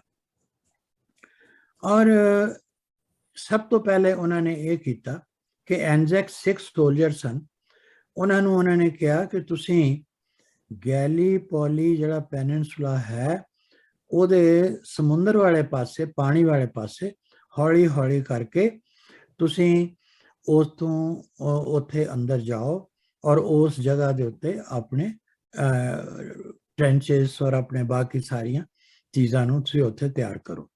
ਇਹ ਵਾਟਰ ਚੈਨਲ ਦੇ ਵਿੱਚ ਸੀ ਔਰ ਜਿਸ ਤਰ੍ਹਾਂ ਮੈਂ ਕਿਹਾ ਇਹ ਵਾਟਰ ਚੈਨਲ ਜਿਹੜੀ ਹੈ 60 ਕਿਲੋਮੀਟਰ ਦੇ ਕਰੀਬ ਲੌਂਗ ਸੀ। ਔਰ ਪਰ ਜਿਹੜੀ ਗੈਲੀਪੋਲੀ ਦਾ ਜ਼ਮੀਨ ਦਾ ਹਿੱਸਾ ਸੀ, ਉਹ ਜਿਹੜੀ ਸਟ੍ਰਿਪ ਸੀ ਲੈਂਡ ਦੀ, ਉਹ ਤਕਰੀਬਨ 18 ਕਿਲੋਮੀਟਰ ਵਾਈਡ ਸੀ। ਸੋ ਇਸ ਸਟ੍ਰਿਪ ਨੂੰ ਐਲਾਈਜ਼ ਨੇ ਕਬਜ਼ਾ ਕਰਨ ਦੀ ਕੋਸ਼ਿਸ਼ ਕੀਤੀ ਔਰ ਉਹਦੇ ਲਈ ਉਹਨਾਂ ਨੇ ਸਿੱਖ ਆਰਮੀ ਨੂੰ ਉੱਥੇ ਭੇਜਿਆ। ਸਿੱਖ ਆਰਮੀ ਤੋਂ ਮੇਰਾ ਮਤਲਬ ਹੈ ਕਿ ਜਿਹੜੀ ਆਰਮੀ ਭੇਜੀ ਉਸ ਵਿੱਚ ਤਕਰੀਬਨ 80% ਸਿੱਖ ਸੀਗੇ। ਔਰ 25 ਅਪ੍ਰੈਲ 1915 ਨੂੰ ਉਹਨਾਂ ਨੇ ਇਹਨਾਂ ਨੂੰ ਆਰਡਰ ਕੀਤਾ ਕਿ ਤੁਸੀਂ ਉਸ ਅੰਦਰ ਨੂੰ ਯਾਨੀ ਨਾਰਦਰਨ ਸਾਈਡ ਨੂੰ ਜਿਹੜਾ ਪੋਰਸ਼ਨ ਗੈਲੀਪੋਲੀ ਦਾ ਟਰਕੀ ਦੇ ਅੰਦਰੋਂ ਜਰਮਨੀ ਦੇ ਨਾਲ ਹੈ ਉਸ ਪਾਸੇ ਤੁਸੀਂ ਅਟੈਕ ਕਰੋ। So the allied forces attacked from Gallipoli to the north, ਜਿਹੜੇ ਕਿ ਟਰਕੀ ਦਾ ਏਰੀਆ ਸੀਗਾ। ਉਸ ਦੇ ਵਿੱਚ ਸਿੱਖਸ ਦੀ ਬੜੀ ਹੈਵੀ ਕੈਜੁਅਲਟੀਜ਼ ਹੋਈਆਂ, ਬਹੁਤ ਜ਼ਿਆਦਾ। ਤਕਰੀਬਨ ਜਿਨ੍ਹਾਂ ਦੀਆਂ ਡੈਥਸ ਹੋਈਆਂ ਉਹਨਾਂ ਵਿੱਚੋਂ 80% ਦੇ ਕਰੀਬ ਸਿੱਖ ਸੀ। ਔਰ ਇੱਥੇ ਹੈਰਾਨੀ ਦੀ ਗੱਲ ਮੈਂ ਜਿਹੜੀ ਦੱਸਣਾ ਚਾਹੁੰਦਾ ਉਹ ਇਹ ਹੈ ਕਿ ਜਿਹੜੇ ਟਰਕਿਸ਼ ਸੋਲਜਰ ਸਨ ਉਹਨਾਂ ਨੇ ਆਪਣੇ ਥੋੜਾ ਪਿੱਛੇ ਬਹੁਤ ਵੱਡੇ ਵੱਡੇ ਉਹਨਾਂ ਨੇ ਸੁਰਗਾਂ ਬਣਾਈਆਂ ਹੋਈਆਂ ਸੀ ਜਿਹਨੂੰ ਟ੍ਰੈਂਚਸ ਕਹਿ ਸਕਦੇ ਹਾਂ। ਔਰ ਉਹ ਟ੍ਰੈਂਚਸ ਜਿਹੜੀਆਂ ਸੀ ਉਹਨਾਂ ਦਾ ਇਹਨਾਂ ਨੂੰ ਪਤਾ ਤਾਂ ਜ਼ਰੂਰ ਸੀ ਕਿ ਇੱਥੇ ਹੋਣਗੀਆਂ, ਲੇਕਿਨ ਇਹ ਅੰਦਾਜ਼ਾ ਨਹੀਂ ਸੀ ਕਿ ਇੰਨੀਆਂ ਜ਼ਿਆਦਾ ਹੋਣਗੀਆਂ ਔਰ ਇੰਨੀਆਂ ਵੱਡੀਆਂ ਹੋਣਗੀਆਂ। ਇੱਕ ਟ੍ਰੈਂਚ ਵਿੱਚ ਕਦੀ 5, 6, 10 ਬੰਦੇ ਵੀ ਉਸ ਵਿੱਚ ਸੀਗੇ। ਸੋ ਅਗਰ ਇੱਕ ਟ੍ਰੈਂਚ ਵਿੱਚ ਤੁਸੀਂ ਦੇਖੋ ਕਿ 5 ਸੋਲਜਰਸ ਵੀ ਉਸ ਦੇ ਅੰਦਰ ਹੋਣ ਇੱਕ ਟ੍ਰੈਂਚ ਦੇ ਵਿੱਚ, ਉਹਨਾਂ ਨੇ ਅੰਦਰ ਉਸ ਤੇ ਖਾਣਾ ਖਾਣ ਦਾ, ਸੌਣ ਦਾ, ਆਰਾਮ ਕਰਨ ਦਾ, ਐਮੂਨੀਸ਼ਨ ਦਾ ਬਹੁਤ ਵੱਡਾ ਇੰਤਜ਼ਾਮ ਕੀਤਾ ਹੋਇਆ ਸੀ ਕਿਉਂਕਿ ਜਰਮਨੀ ਦੀ ਇਹਨਾਂ ਨੂੰ ਮਦਦ ਸੀ ਐਂਡ ਬੜਾ ਵੈਲ ਪਲੈਨਡ ਇਹਨਾਂ ਦਾ ਸਾਰਾ ਸਿਸਟਮ ਸੀ। ਸੋ ਜਿਸ ਵਕਤ ਸਿੱਖ ਫੌਜ ਜਿਹੜੀ ਇੱਧਰੋਂ ਗੈਲੀਪੋਲੀ ਤੋਂ ਐਂਟਰ ਕੀਤੀ ਸੀ ਸਾਈਡ ਤੋਂ, ਉਸ ਵਕਤ ਇਹ ਤਾਂ ਸਾਹਮਣੇ ਐਕਸਪੋਜ਼ਡ ਸਨ, ਦੇ ਵਰ ਸਿਟਿੰਗ ਡਕਸ, ਕਿਉਂਕਿ ਇਹਨਾਂ ਦੀ ਤਾਂ ਉਸ ਵਕਤ ਕੋਈ ਖਾਸ ਆਪਣੀ ਪ੍ਰੋਟੈਕਸ਼ਨ ਹੈ ਨਹੀਂ ਸੀ। ਇਹ ਜ਼ਮੀਨ ਦੇ ਉੱਤੇ ਸਿੱਧੇ ਬੰਦੂਕਾਂ ਲੈ ਕੇ ਅੰਦਰ ਜਾ ਰਹੇ ਸਨ। ਉਹ ਅੱਗੋਂ ਜਿਹੜੇ ਦੁਸ਼ਮਣ ਸਨ ਉਹ ਟ੍ਰੈਂਚਸ ਦੇ ਵਿੱਚ ਸਨ ਔਰ ਬੜੀ ਵੱਡੀ ਗਿਣਤੀ 'ਚ ਸੀ, ਔਰ ਟ੍ਰੈਂਚ ਵੀ ਉਹਨਾਂ ਨੇ ਸੈਂਕੜੇ ਦੀ ਗਿਣਤੀ 'ਚ ਰੱਖੇ ਹੋਏ ਸੀ।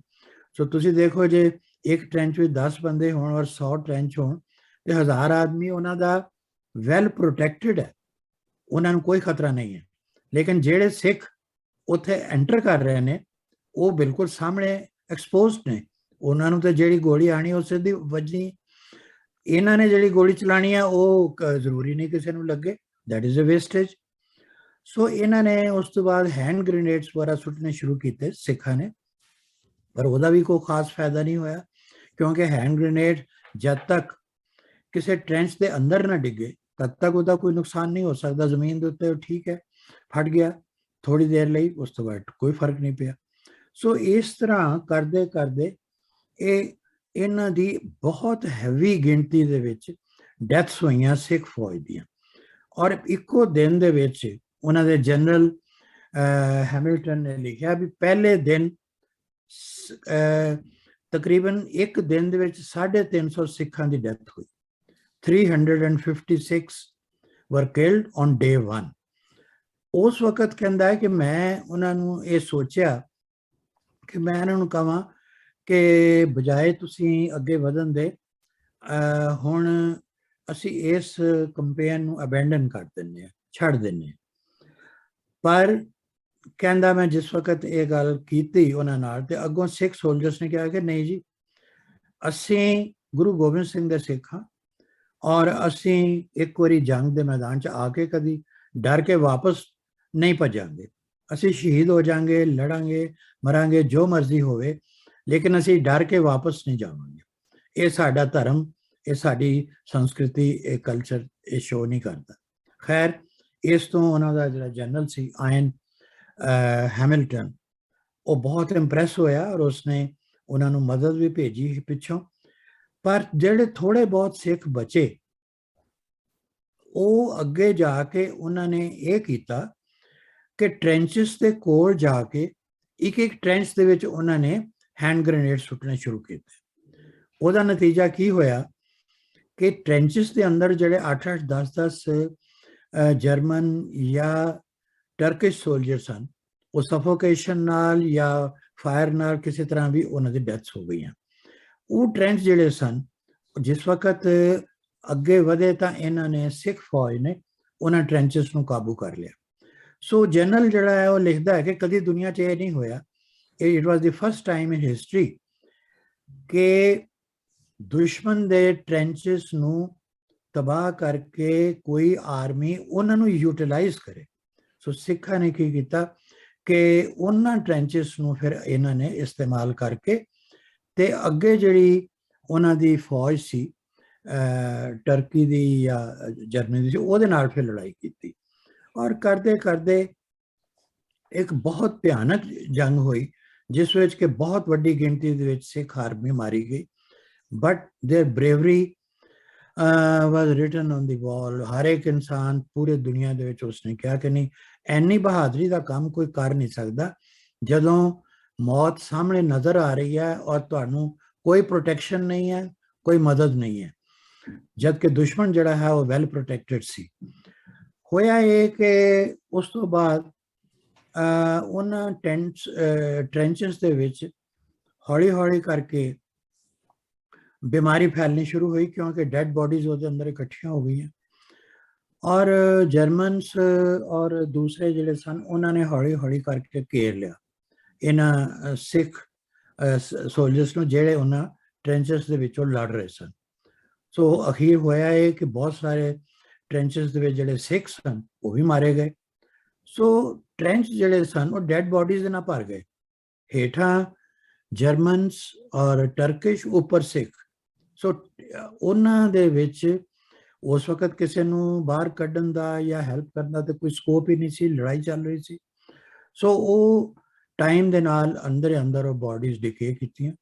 ਉੱਥੇ ਉਹਨਾਂ ਨੇ ਲਿਖਿਆ ਕਿ ਬਹੁਤ ਵੱਡੀ ਗਿਣਤੀ 'ਚ ਕੀੜੇ ਮਕੌੜੇ, ਫਲਾਈਜ਼ ਔਰ ਹੋਰ ਚੀਜ਼ਾਂ ਪੈਦਾ ਹੋਈਆਂ ਔਰ ਬੜੀ ਜ਼ਬਰਦਸਤ ਉੱਥੋਂ ਯਾਨੀ ਉਹਨਾਂ ਦੇ ਸਰੀਰ ਡਿਕੇ ਕੀਤੇ ਔਰ ਚਾਰ ਚਫੇਰੇ बहुत बुरा हाल हो गया। उस वक्त भी सिख फौज जिहड़ी सी उस तो अगे वधदी गई। सो ये एक दुनिया दे विच बेमिसाल लड़ाई सी जिस तरह की कदी पहले नहीं हुई। सो जनरल सर आयन हैमिल्टन ने जिहड़ा गैलीपोली दा कमांडर सी उसने अपनी डायरी च लिखिया बाद दे विच 1926 विच, मैं ਉਹਦਾ ਇੰਗਲਿਸ਼ ਟ੍ਰਾਂਸਲੇਸ਼ਨ ਪੰਜਾਬੀ 'ਚ ਕੀਤਾ। ਉਹ ਕਹਿੰਦਾ ਕਿ ਸਿੱਖਾਂ ਦੁਆਰਾ ਗੈਲੀਪੋਲੀ ਦੀ ਲੜਾਈ ਵਿੱਚ ਅਤਿਅੰਤ ਬਹਾਦਰੀ ਦਿਖਾਈ ਗਈ। ਉਹਨਾਂ ਦੇ ਜ਼ਬਰਦਸਤ ਜਾਨੀ ਨੁਕਸਾਨ ਦੇ ਬਾਵਜੂਦ ਵੀ ਡੋਲਣ ਦਾ ਕੋਈ ਸੰਕੇਤ ਨਹੀਂ ਮਿਲਿਆ, ਕਿਸੇ 1 ਇੰਚ ਵੀ ਜ਼ਮੀਨ ਨਹੀਂ ਛੱਡੀ ਤੇ ਇੱਕ ਵੀ ਡਰ ਕੇ ਵਾਪਸ ਨਹੀਂ ਆਇਆ। ਦੁਸ਼ਮਣਾਂ ਦੀਆਂ ਖਾਈਆਂ ਸਿੱਖਾਂ ਤੇ ਦੁਸ਼ਮਣਾਂ ਦੀਆਂ ਲਾਸ਼ਾਂ ਨਾਲ ਭਰ ਗਈਆਂ। ਸਿੱਖਾਂ ਦਾ ਇਤਿਹਾਸ ਸਾਨੂੰ ਉਹਨਾਂ ਦੇ ਗੁਣਾਂ ਦੀਆਂ ਬਹੁਤ ਸਾਰੀਆਂ ਉਦਾਹਰਨਾਂ ਦਿੰਦਾ ਹੈ। ਉਸ ਨੂੰ ਸਿੱਖ ਹਿਸਟਰੀ ਦਾ ਪਤਾ ਸੀਗਾ। ਖਾਲਸਾਈ ਬਹਾਦਰੀ ਅਤੇ ਅਨੁਸ਼ਾਸਨ ਤੋਂ ਵਧੀਆ ਦੁਨੀਆ 'ਚ ਹੋਰ ਕੁਝ ਦੇਖਿਆ ਨਹੀਂ ਜਾ ਸਕਦਾ। This is the report given by General Sir Ian Hamilton who was the British commander at that time. ਉਹਨਾਂ ਦੀ ਡਿਊਟੀ ਪ੍ਰਤੀ ਸ਼ਰਧਾ ਅਤੇ ਜਰਨੈਲਾਂ ਦੇ ਆਦੇਸ਼ਾਂ ਪ੍ਰਤੀ ਸ਼ਾਨਦਾਰ ਵਫਾਦਾਰੀ ਬੇਮਿਸਾਲ ਹੈ। ਇਸ ਜੰਗ ਤੇ ਉਹਨਾਂ ਦੀ ਕੌਮ ਨੂੰ ਸਿੱਖਾਂ ਉੱਤੇ ਕਈ ਪੀੜ੍ਹੀਆਂ ਤੱਕ ਮਾਣ ਕਰਨਾ ਚਾਹੀਦਾ ਹੈ। ਇਹ ਲਿਖ ਕੇ ਗਿਆ ਹੈਮਿਲਟਨ। ਹੁਣ ਟੋਟਲ ਲਾਸ ਕੀ ਹੋਇਆ? ਬੇਸ਼ੱਕ ਐਲਾਈਜ਼ ਜਿਹੜੇ ਸਨ ਦੇ Las the battle of Gallipoli और इस विच पहली बैटल दे विच विक्ट्री जिहड़ी है वो टर्की और जर्मनी दी हुई सी और इन्हां नूं अखीर दे उत्ते जिस वक्त सारी सिख फौज तकरीबन उस वेले डिस्ट्रॉय हो गई, उस तो बाद इन्हां नूं ये कंपेन अबेंडन करना पै गया, छड्डना पै गया एलाइज नूं। पर उस वक्त तक तकरीबन 2.25 लाख 1,75,000 ਦੇ ਕਰੀਬ ਦੋਨਾਂ ਸਾਈਡ ਤੋਂ ਡੈਥਸ ਹੋ ਚੁੱਕੀਆਂ ਸਨ ਔਰ ਇਹਦੇ ਚੋਂ ਆਟੋਮਨਸ ਜਿਹੜੇ ਸਨ ਜਰਮਨ ਸੀ ਉਹਨਾਂ ਦੇ 87,000 ਔਰ ਐਲਾਈਡ ਫੋਰਸਸ ਦੇ ਅਬਾਊਟ 88,000 88,000 ਸਿਪਾਹੀ ਮਾਰੇ ਜਾ ਚੁੱਕੇ ਸੀ ਔਰ ਐਲਾਈਡ ਫੋਰਸਸ ਦੇ ਵਿੱਚ ਬ੍ਰਿਟਿਸ਼ ਤਕਰੀਬਨ 15,000 ਮਰੇ, ਫ੍ਰੈਂਚ 27,000 ਮਰੇ, ਆਸਟਰੀਆ ਇਹਨਾਂ ਦੇ ਨਾਲ ਸੀ 8,000 ਉਹ ਮਰੇ ਔਰ ਐਨਜ਼ੈਕ ਆਸਟ੍ਰੇਲੀਆ ਨਿਊਜ਼ੀਲੈਂਡ ਤੋਂ ਤਕਰੀਬਨ 7,500 ਉਹ ਵੀ ਮਰੇ ਤੇ ਬਾਕੀ ਜਿਹੜੇ ਸਨ ਉਹ ਸਾਰੇ ਦੇ ਸਾਰੇ ਸਿੱਖ ਸੀ, ਉਹ ਤਕਰੀਬਨ 40,000 ਉਹ ਸਨ ਔਰ ਟੋਟਲ ਜਿਹੜੀ ਫੌਜ ਸੀ ਇਹਨਾਂ ਦੀ ਉਹਦੇ ਚੋਂ ਤਕਰੀਬਨ 80% ਜਿੱਦਾਂ ਮੈਂ ਪਹਿਲੇ ਕਿਹਾ ਉਹਨਾਂ ਸਿੱਖਸ ਦੀ ਕੈਜੁਅਲਟੀ ਸੀ। ਇਹ ਸੀ ਇਸ ਜੰਗ ਦਾ ਅਖੀਰ ਨਤੀਜਾ। ਲੇਕਿਨ ਇਸ ਗੱਲ ਦੇ ਵਿੱਚ ਉਹਨਾਂ ਜਨਰਲਸ ਨੇ ਲਿਖਿਆ ਕਿ Sikhs head the lions of the great ਵਾਰ ਔਰ ਇਹਨਾਂ ਨੂੰ ਉਹਨਾਂ ਨੇ ਲਿਖਿਆ they were black lions. Obviously ਅੰਗਰੇਜ਼ਾਂ ਨੇ ਤਾਂ ਉਹਨਾਂ ਨੂੰ ਬਲੈਕ ਲਾਇਨ ਸੀ ਕਹਿਣਾ ਸੀ ਸਕਿਨ ਕਲਰ ਕਰਕੇ, ਔਰ ਉਹਨਾਂ ਨੇ ਉਸ ਵਾਰ ਤੋਂ ਪਹਿਲੇ ਔਰ ਉਸ ਵਾਰ ਤੋਂ ਬਾਅਦ ਉਹਨਾਂ ਨੇ ਕਿਹਾ ਕਿ ਅਸੀਂ ਸਿੱਖਾਂ ਨੂੰ ਜੋ ਵੀ ਉਹਨਾਂ ਦੇ ਧਾਰਮਿਕ ਚਿੰਨ੍ਹ ਨੇ ਅਸੀਂ ਉਹਨਾਂ ਨੂੰ ਅਲਾਉ ਕਰਾਂਗੇ। ਉਹ ਆਪਣੇ ਦਸਤਾਰ ਦੇ ਉੱਤੇ ਚੱਕਰ ਸਟੀਲ ਦਾ ਬਣ ਸਕਦੇ ਨੇ, ਤਲਵਾਰ ਰੱਖ ਸਕਦੇ ਨੇ। ਬੇਸ਼ੱਕ ਲੜਾਈ ਤਲਵਾਰ ਦੀ ਉਦੋਂ ਅਜੇ ਬਹੁਤੀ ਨਹੀਂ ਸੀ, ਪਰ ਥੋੜੀ ਬਹੁਤ ਸੀ ਵੀ। ਔਰ ਇਸ ਤੋਂ ਇਲਾਵਾ ਉਹਨਾਂ ਨੇ ਕਿਹਾ ਆਪਣੀ ਰਹਿਤ ਮਰਿਆਦਾ ਦੇ ਮੁਤਾਬਕ ਉਹ 5 ਜਿਹੜੇ ਕਕਾਰ ਨੇ ਉਹ ਪਹਿਨ ਸਕਦੇ ਨੇ, ਔਰ ਹੈਲਮਟ ਦੀ ਬਜਾਏ ਦਸਤਾਰ ਉਹਨਾਂ ਨੂੰ ਅਲਾਉ ਕੀਤੀ ਗਈ, ਹਾਲਾਂਕਿ ਰੂਲ ਸੇ ਅਲਾਉ ਨਹੀਂ ਸੀ ਕਰਦੇ। ਔਰ ਸਭ ਤੋਂ ਵੱਡੀ ਗੱਲ ਇਹ ਕਿ ਉਹ ਸ਼੍ਰੀ ਗੁਰੂ ਗ੍ਰੰਥ ਸਾਹਿਬ ਮਹਾਰਾਜ ਨੂੰ ਹਰ ਜੰਗ ਦੇ ਵਿੱਚ ਔਰ ਗੈਲੀਪੋਲੀ ਦੀ ਜੰਗ ਵਿੱਚ ਵੀ ਉਹ ਸਿਰ ਤੇ ਉਹਨਾਂ ਨੂੰ ਸਤਿਕਾਰ ਨਾਲ ਜੰਗ ਵਿੱਚ ਜਾਣ ਤੋਂ ਪਹਿਲੇ ਅੱਗੇ ਨਾਲ ਲੈ ਕੇ ਜਾਂਦੇ ਸਨ। ਸੋ ਫਰੰਟ ਲਾਈਨਸ ਤੱਕ ਉਹ ਗੁਰੂ ਸਾਹਿਬ ਦਾ ਸਤਿਕਾਰ ਦੇ ਨਾਲ ਲੈ ਕੇ ਗਏ। ਇਸ ਗੱਲ ਨੂੰ ਬ੍ਰਿਟਿਸ਼ ਗਵਰਨਮੈਂਟ ਨੇ ਸਪੈਸ਼ਲ ਪਰਮਿਸ਼ਨ ਦਿੱਤੀ ਕਿ ਹਾਲਾਂਕਿ these things are not allowed in the army, but they will be allowed only for the Sikhs. They are loyans. और उन्होंने क्या कि they are brave, dedicated, competent and loyal. और इन्होंने उन्होंने बहुत बड़े बड़े ਜਿਹੜੇ ਪ੍ਰਾਈਜ਼ਸ ਸਨ ਜਾਂ ਡੈਕੋਰੇਸ਼ਨ ਸਨ ਕੁਈਨ ਦੀਆਂ ਔਰ ਦੂਸਰੀਆਂ ਵਿਕਟੋਰੀਆ ਕ੍ਰਾਸ ਐਟਸੈਟਰਾ ਦਿੱਤੀਆਂ। ਤਾਂ ਇਹ ਉਹਨਾਂ ਟ੍ਰੈਂਚਸ ਦੀ ਇੱਕ ਫੋਟੋ ਉਸ ਵਕਤ ਦੀ ਦਿਖਾਈ ਗਈ ਹੈ। ਹੁਣ ਗੈਲੀਪੋਲੀ ਵਾਰ ਜਿਹੜੀ ਹੈ ਇਹਦੇ ਇੰਡੀਆ 'ਚ ਇਸ ਵਕਤ 2 ਮੈਮੋਰੀਅਲ ਨੇ, ਔਰ ਮੇਰਾ ਖਿਆਲ ਹੈ ਕਿ ਬਹੁਤ ਸਾਰੇ ਲੋਕਾਂ ਨੂੰ ਇੰਡੀਆ ਵਿੱਚ ਜਾਂ ਬਾਹਰ ਕਿਸੇ ਨੂੰ ਪਤਾ ਘੱਟ ਹੀ ਹੋਏਗਾ ਕਿ ਇਹ ਮੈਮੋਰੀਅਲ ਕਿੱਥੇ ਨੇ। ਇੱਕ ਪਟਿਆਲੇ ਦੇ ਵਿੱਚ ਹੈ, ਉਹਦਾ ਨਾਮ ਹੈ ਗੈਲੀਪੋਲੀ ਵਾਰ ਮੈਮੋਰੀਅਲ, ਔਰ ਇਸ ਦੇ ਵਿੱਚ ਜਿਹੜੇ ਮਹਾਰਾਜਾ ਪਟਿਆਲਾ ਨੇ ਜਿਹੜੀ ਆਪਣੀ ਫੌਜ ਵਿੱਚੋਂ ਸਿੱਖ ਭੇਜੇ ਸਨ ਬ੍ਰਿਟਿਸ਼ ਇੰਡੀਅਨ ਆਰਮੀ ਵਿੱਚ, ਉਹਨਾਂ ਦੀਆਂ ਸਭ ਤੋਂ ਜ਼ਿਆਦਾ ਸ਼ਹੀਦੀਆਂ ਹੋਈਆਂ ਸਨ। ਪ੍ਰਿੰਸਲੀ ਸਟੇਟ ਜਿਹੜਾ ਸੀ ਉਹਨਾਂ ਦਾ ਵੀ ਵਰਲਡ ਵਾਰ 1 ਦੇ ਵਿੱਚ ਬੜਾ ਵੱਡਾ ਅੰਗਰੇਜ਼ਾਂ ਦੇ ਨਾਲ ਰਲ ਕੇ ਉਹਨਾਂ ਦੀ ਕੰਟਰੀਬਿਊਸ਼ਨ ਸੀ। ਔਰ ਉਸ ਯਾਦਗਾਰ 'ਚ ਮਹਾਰਾਜਾ ਪਟਿਆਲਾ ਨੇ ਇਹ ਬਣਾਈ ਹੈ, ਜਿਸ ਦਾ ਆਮ ਪਟਿਆਲਾ ਵਿੱਚ ਔਰ ਪੰਜਾਬ 'ਚ ਵੀ ਕਿਸੇ ਨੂੰ ਬਹੁਤਾ ਪਤਾ ਨਹੀਂ ਹੈ, ਔਰ ਇੰਡੀਆ ਵਿੱਚ ਤਾਂ ਖੈਰ ਕੀ ਪਤਾ ਹੋਣਾ। ਉਸ ਤੋਂ ਇਲਾਵਾ ਇੱਕ ਮੈਮੋਰੀਅਲ ਫਿਰੋਜ਼ਪੁਰ 'ਚ ਹੈ। ਫਿਰੋਜ਼ਪੁਰ ਦੇ ਵਿੱਚ ਇੱਕ ਹਸਪੀਟਲ ਹੈ ਜਿਸ ਦੇ ਅੰਦਰ ਉੱਥੋਂ ਦੇ ਇੰਜਰਡ ਸੋਲਜਰਸ ਨੂੰ ਲਿਆਂਦਾ ਗਿਆ ਸੀ। ਉਹ ਸੀ ਨਿਊਟਨ ਹਸਪੀਟਲ ਇਨ ਫਿਰੋਜ਼ਪੁਰ। ਅਗਰ ਤੁਸੀਂ ਕਦੇ ਗਏ ਹੋ ਤੇ ਉਸ ਦੇ ਵਿੱਚ 14 ਸਿੱਖ ਰੈਜੀਮੈਂਟ ਦੇ ਸੋਲਜਰ ਸਨ, ਉਹ ਗੈਲੀਪੋਲੀ ਤੋਂ ਇੰਜਰਡ ਜਿਹੜੇ ਸਨ ਉਹ ਲਿਆਂਦੇ ਗਏ ਸਨ। ਸੋ ਉੱਥੇ ਉਹਨਾਂ ਦਾ ਇਲਾਜ ਵੀ ਹੋਇਆ ਸੀ, ਔਰ ਉਹਨਾਂ ਦੀਆਂ ਯਾਦਗਾਰ ਦੇ ਵਿੱਚ ਇੱਕ ਉੱਥੇ ਪਲੈਕ ਰੱਖਿਆ ਗਿਆ ਜਿਸ ਦੇ ਉੱਤੇ ਲਿਖਿਆ ਹੋਇਆ The average Indian is almost ignorant about Gallipoli as a campaign of the World War I. ਕਿਸੇ ਵੀ ਇੰਡੀਅਨ ਨੂੰ ਇਸ ਦੇ ਬਾਰੇ ਕੋਈ ਜਾਣਕਾਰੀ ਨਹੀਂ ਹੈ। ਔਰ ਉਸ ਤੋਂ ਬਾਅਦ ਇੱਕ ਪ੍ਰੋਫੈਸਰ ਪੀਟਰ ਸਟੈਨਲੇ ਹੋਏ ਨੇ ਇੰਗਲੈਂਡ ਦੇ ਹਿਸਟੋਰੀਅਨ, ਉਹਨਾਂ ਨੇ ਇਸ ਦੇ ਉੱਤੇ ਇੱਕ ਬੁੱਕ ਲਿਖੀ। ਉਸ ਬੁੱਕ ਦਾ ਟਾਈਟਲ ਹੈ Die in Battle, Do Not Despair, The Indians on Gallipoli। ਇਹ ਬੁੱਕ ਉਸਨੇ ਲਿਖੀ ਹੈ, ਔਰ ਇਹ ਉਹਨਾਂ ਦੇ 2 ਮੈਮੋਰੀਅਲਸ ਨੇ। ਇੱਕ ਹੁਣ ਪ੍ਰੈਜ਼ੈਂਟ ਸਿਚੁਏਸ਼ਨ ਇਹ ਹੈ ਕਿ ਇਸ ਵਕਤ ਗੈਲੀਪੋਲੀ ਚੈਨਲ ਦੇ ਥਰੂ ਪੈਸੇਜ ਆਫ ਸ਼ਿਪਸ ਨੂੰ ਰੈਗੂਲੇਟ ਕਰਨ ਵਾਸਤੇ 1936 ਵਿੱਚ ਬਾਅਦ ਦੇ ਵਿੱਚ ਇੱਕ ਐਗਰੀਮੈਂਟ ਹੋਈ ਸੀ। ਉਸ ਦਾ ਨਾਂ ਸੀ ਮੌਂਟਰੀਓ ਕਨਵੈਨਸ਼ਨ। ਇਹ ਫ੍ਰੈਂਚ ਵਰਡ ਹੈ ਮੌਂਟਰੀਓ, ਔਰ ਇਹਦੀ ਇੰਪਲੀਕੇਸ਼ਨ ਜਿਹੜੀ ਹੈ ਅੱਜ ਦੀ ਵਰਲਡ ਸਿਚੁਏਸ਼ਨ ਦੇ ਉੱਤੇ ਰਸ਼ੀਆ ਔਰ ਯੂਕਰੇਨ ਦੀ ਲੜਾਈ ਤੇ ਵੀ ਇਸ ਦਾ ਇਹਦੇ ਨਾਲ ਰਿਲੇਸ਼ਨ ਹੈ। ਇਹ ਜਿਹੜੀ ਮੌਂਟਰੀਓ ਕਨਵੈਨਸ਼ਨ ਸੀ, ਇਹ ਸਵਿਟਜ਼ਰਲੈਂਡ ਦੇ ਵਿੱਚ ਇੱਕ ਪੈਲੇਸ ਸੀ ਮੌਂਟਰੀਓ ਪੈਲੇਸ। ਉੱਥੇ ਬੈਠ ਕੇ ਇਹ UN ਦੇ ਆਸਪਿਸਿਸ ਦੇ ਅੰਡਰ ਇਹ ਕਨਵੈਨਸ਼ਨ ਬਣਾਈ ਗਈ ਸੀ ਔਰ ਉਹਦੇ 'ਚ ਬਹੁਤ ਸਾਰੇ ਮੁਲਕਾਂ ਦਾ ਜਿਹੜੇ ਰਿਪਰੈਜ਼ੈਂਟੇਟਿਵਸ ਆਏ ਸਨ ਉਹਨਾਂ ਦੇ ਸਿਗਨੇਚਰ ਨੇ। ਇੱਕ ਉਸ ਵਿੱਚ ਟਰਕੀ ਵੀ ਸੀ, ਜਰਮਨੀ ਵੀ ਸੀ ਔਰ ਉਸ ਤੋਂ ਇਲਾਵਾ USA ਔਰ ਰਸ਼ੀਆ ਔਰ ਸਾਰੇ ਜਿਹੜੇ ਦੂਸਰੇ ਕੰਟਰੀਜ਼ ਸਨ, ਇੰਗਲੈਂਡ, ਫਰਾਂਸ ਵਗੈਰਾ, ਸਭ ਦੇ ਉਸ ਵਿੱਚ ਐਗਰੀਮੈਂਟ ਹੋਈ ਸੀ। ਉਹ ਐਗਰੀਮੈਂਟ ਇਹ ਹੋਈ ਕਿ turkey can allow passage of ships during piece time.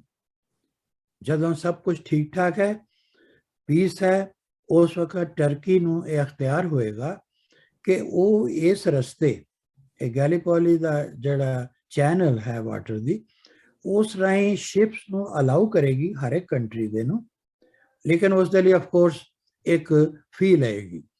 ਜਿੱਥੋਂ ਇਹ ਸਾਰਾ ਝਗੜਾ ਸ਼ੁਰੂ ਹੋਇਆ ਸੀ ਕਿ ਉਹਨਾਂ ਨੂੰ ਉਹਦੀ ਪੇਮੈਂਟ ਕਰਨੀ ਪਏਗੀ ਜਿਹੜੇ ਉਸ ਚੈਨਲ ਨੂੰ ਵਰਤਣਗੇ। ਸੁਏਜ਼ ਕਨਾਲ 'ਚ ਵੀ ਇਸ ਤਰ੍ਹਾਂ ਹੀ ਹੁੰਦਾ ਕਿ ਜਿਹੜੇ ਵਰਤਦੇ ਨੇ they have to pay heavily. ਔਰ ਸੋ ਇਹ ਐਗਰੀ ਹੋ ਗਿਆ ਕਿ ਟਰਕੀ ਦਾ ਸਟੈਂਡ ਠੀਕ ਹੈ ਔਰ they are entitled to get the payment ਜਿਸ ਵਕਤ ਵੀ ਕੋਈ ਉੱਥੋਂ ਸ਼ਿਪ ਲੰਘਦਾ। ਲੇਕਿਨ ਵਾਰ ਸ਼ਿਪਸ ਜਿਹੜੇ ਨੇ ਡਿਊਰਿੰਗ ਏ ਵਾਰ ਉਹਨਾਂ ਨੂੰ ਟਰਕੀ ਰੋਕ ਸਕਦਾ ਹੈ। ਹੁਣ ਇਸ ਵਕਤ ਜਿਸ ਵਕਤ ਕਿ ਲੜਾਈ ਲੱਗੀ ਹੋਈ ਹੈ ਤੇ ਜਿਹੜਾ ਐਮੂਨੀਸ਼ਨ ਜਾਂ ਕੋਈ ਹਥਿਆਰ, ਕੋਈ ਚੀਜ਼ ਯੂਰਪ ਤੋਂ ਜਾਂ ਕਿਸੇ ਵੀ ਜਗ੍ਹਾ ਤੋਂ ਕੋਈ ਕੰਟਰੀ ਅਗਰ ਯੂਕਰੇਨ ਨੂੰ ਭੇਜਣਾ ਚਾਹੁੰਦਾ ਹੈ ਤਾਂ ਉਹ ਵਾਰਸ਼ਿਪ ਜਿਹੜੇ ਨੇ ਉਹ ਇਸੇ ਜਗ੍ਹਾ ਤੋਂ ਲੰਘ ਕੇ ਜਾਣੇ ਨੇ ਔਰ ਉਹਨਾਂ ਨੂੰ ਟਰਕੀ ਰਿਫਿਊਜ਼ ਕਰ ਸਕਦਾ ਹੈ ਕਿ we want allow you to move through. ਲੇਕਿਨ ਇੱਕ ਮਿੰਟ, ਦੂਸਰੇ ਪਾਸੇ ਰਸ਼ੀਆ ਜਿਹੜਾ ਹੈ ਉਹ ਵੀ, ਉਹਦੇ ਕੋਲ ਵੀ ਅਗਰ ਰਸ਼ੀਆ ਕਿਸੇ ਵੀ ਕੰਟਰੀ ਨਾਲ, ਮੰਨ ਲਓ ਨਾਟੋ ਕੰਟਰੀਜ਼ ਦੇ ਉੱਤੇ ਆਪਣੇ ਫਲੀਟਸ ਨੂੰ ਵਰਤਣਾ ਚਾਹੁੰਦਾ, ਸ਼ਿਪਸ ਨੂੰ ਵਰਤਣਾ ਚਾਹੁੰਦਾ, ਤਾਂ ਉਸ ਨੂੰ ਰਸ਼ੀਆ ਨੂੰ ਵੀ ਉੱਥੋਂ ਹੀ ਲੰਘਣਾ ਪਏਗਾ।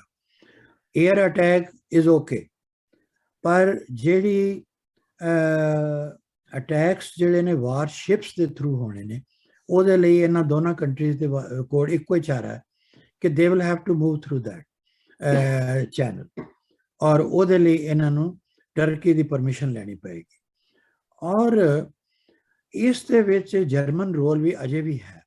ਬੇਸ਼ੱਕ ਉਸ ਤੋਂ ਬਾਅਦ ਅਲਾਈਨਮੈਂਟਸ ਚੇਂਜ ਵੀ ਹੋਈਆਂ ਨੇ, ਲੇਕਿਨ ਜਰਮਨੀ ਵੀ ਨਹੀਂ ਚਾਹੇਗਾ ਕਿ ਉਹ ਵਾਰਸ਼ਿਪ ਉੱਥੋਂ ਨਿਕਲ ਕੇ, ਕਿਉਂਕਿ ਅਗਰ ਰਸ਼ੀਆ ਸਟਰੋਂਗ ਹੁੰਦਾ ਹੈ, ਦੂਸਰੇ ਪਾਸੇ ਯੂਰਪ ਸਟਰੋਂਗ ਹੁੰਦਾ, ਤੇ ਜਰਮਨੀ ਜਿਹੜਾ ਹੈ ਉਹ ਥੋੜਾ ਆਪਣੇ ਆਪ ਨੂੰ ਵੀਕ ਸਮਝਦਾ ਕਿ ਮੇਰੀ ਪੋਜੀਸ਼ਨ ਕਮਜ਼ੋਰ ਹੋ ਰਹੀ ਹੈ।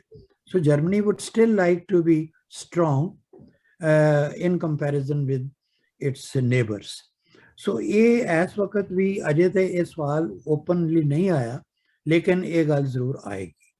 ਸੋ ਮੈਂ ਇੱਥੇ ਇਸ ਨੂੰ ਫਿਨਿਸ਼ ਕਰ ਰਿਹਾ। ਇਹ ਉਸ ਵਕਤ ਦੇ ਜਿਹੜੇ ਸੋਲਜਰ ਸਨ, ਸਿੱਖਸ, ਉਹਨਾਂ ਦੇ ਇੱਕ ਫੋਟੋ ਹੈ।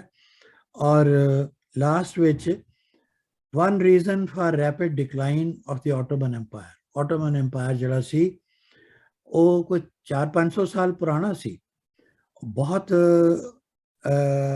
ਇੱਕ ਪਾਵਰਫੁਲ ਐਮਪਾਇਰ ਸੀ, ਪਰ ਉਹ ਇਸ ਯਾਨੀ ਜੰਗ ਤੋਂ ਬਾਅਦ ਜਿਹੜੀ ਗੈਲੀਪੋਲੀ ਹੋਈ ਹੈ ਉਸ ਤੋਂ ਬਾਅਦ ਉਸ ਦਾ ਰੈਪਿਡ ਡਿਕਲਾਈਨ ਹੋਇਆ ਔਰ ਇਸੇ ਕਰਕੇ ਉਹਦੀ ਵਰਲਡ ਵਾਰ 1 ਦੇ ਵਿੱਚ ਡਿਫੀਟ ਹੋਈ। ਹਾਲਾਂਕਿ ਇਹ ਜਿਹੜਾ ਜੰਗ ਬੈਟਲ ਸੀ ਉਹ ਉਹਨਾਂ ਨੇ ਆਲਮੋਸਟ ਜਿੱਤ ਹੀ ਲਿਆ ਸੀ, ਪਰ ਔਨ ਦੀ ਹੋਲ ਵਰਲਡ ਵਾਰ 1 ਦੇ ਵਿੱਚ ਉਹਨਾਂ ਦੀ ਡਿਫੀਟ ਹੋਈ। ਔਰ ਉਹਦਾ ਕਾਰਨ ਇਹ ਸੀ ਕਿ ਸਿੱਖਸ ਦੇ ਨਾਲ ਜਿਹੜੀ ਉਹਨਾਂ ਦੀਆਂ ਫਾਈਟਸ ਹੋਈਆਂ ਨੇ, ਬੈਟਲਸ ਹੋਈਆਂ ਨੇ, ਉਹਦੇ ਵਿੱਚ ਉਹਨਾਂ ਦੀ ਆਰਮੀ ਜਿਹੜੀ ਸੀ ਉਹ ਬਹੁਤ ਕਮਜ਼ੋਰ ਹੋਈ, ਇੰਨੀ ਕਮਜ਼ੋਰ ਹੋ ਗਈ ਕਿ ਉਹਨਾਂ ਦੇ ਅੰਦਰ ਉਸ ਤੋਂ ਬਾਅਦ ਲੜਨ ਦੀ ਜਿਹੜੀ ਵਿਲ ਪਾਵਰ ਸੀ ਉਹ ਹੀ ਖਤਮ ਹੋ ਗਈ। They did not have the willpower to fight back the British people, ਕਿਉਂਕਿ ਉਹਨਾਂ ਨੂੰ ਪਤਾ ਸੀ ਕਿ ਸਾਡਾ ਹੁਣ ਮੁੜ ਕੇ ਬ੍ਰਿਟਿਸ਼ ਆਰਮੀ ਨਾਲ ਨਹੀਂ, ਸਿੱਖਾਂ ਨਾਲ ਵਾਹ ਪੈਣਾ।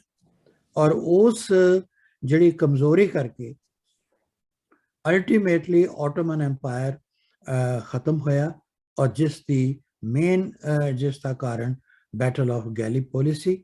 ਔਰ ਉਸ ਦੇ ਵਿੱਚ ਜੋ ਵੀ ਨਤੀਜਾ ਨਿਕਲਿਆ, ਉਸ ਦੇ ਵਿੱਚ ਸਿੱਖ ਕੌਮ ਦੀ ਬਹਾਦਰੀ ਜਿਹੜੀ ਹੈ ਉਹ ਸਭ ਤੋਂ ਪ੍ਰੋਮੀਨੈਂਟ ਸੀ। ਇਹੀ ਗੱਲ ਮੈਂ ਤੁਹਾਨੂੰ ਦੱਸਣਾ ਚਾਹੁੰਦਾ ਸੀ। ਵਾਹਿਗੁਰੂ ਜੀ ਕਾ ਖਾਲਸਾ, ਵਾਹਿਗੁਰੂ ਜੀ ਕੀ ਫਤਿਹ। ਵਾਹਿਗੁਰੂ ਜੀ ਕਾ ਖਾਲਸਾ, ਵਾਹਿਗੁਰੂ ਜੀ ਕੀ ਫਤਿਹ। ਜਿਸ ਤਰ੍ਹਾਂ ਕਿ ਪਹਿਲੇ ਵੀ ਜ਼ਿਕਰ ਹੋਇਆ ਕਿ ਕੋਈ ਵੀ ਕਿਸੇ ਕਿਸਮ ਦੀ ਵੀ ਜੰਗ ਹੈ ਜਿਹੜੀ, ਉਹ ਇੱਕ ਬੜੀ ਦੁਖਦਾਇਕ ਚੀਜ਼ ਹੈ। ਪਰ ਇਹ ਹੈ ਕਿ ਜਿਸ ਵੇਲੇ ਕੋਈ ਵੀ ਇਨਸਾਨ ਜਿਹੜਾ ਹੈ ਆਪਣੀ ਜ਼ਿੱਦ ਕਰਕੇ, ਵਰਲਡ ਵਾਰਸ ਜਿਹੜੀਆਂ ਸੀਗੀਆਂ ਉਹ ਹਿਟਲਰ ਦੀਆਂ, ਜਰਮਨੀ ਦੀਆਂ ਈਗੋ ਸੀਗੀਆਂ, ਜ਼ਿੱਦ ਸੀ। ਕੋਈ ਵੀ ਵਾਰ ਜਿਸ ਵੇਲੇ ਕਿਸੇ ਦੀ ਜ਼ਿੱਦ ਕਰਕੇ ਹੁੰਦੀ ਹੈ ਤੇ ਉਸ ਦੇ ਵਿੱਚ ਇਹ ਹੈ ਕਿ ਨੁਕਸਾਨ ਜਿਹੜਾ ਹੈ ਉਹ ਇੱਕ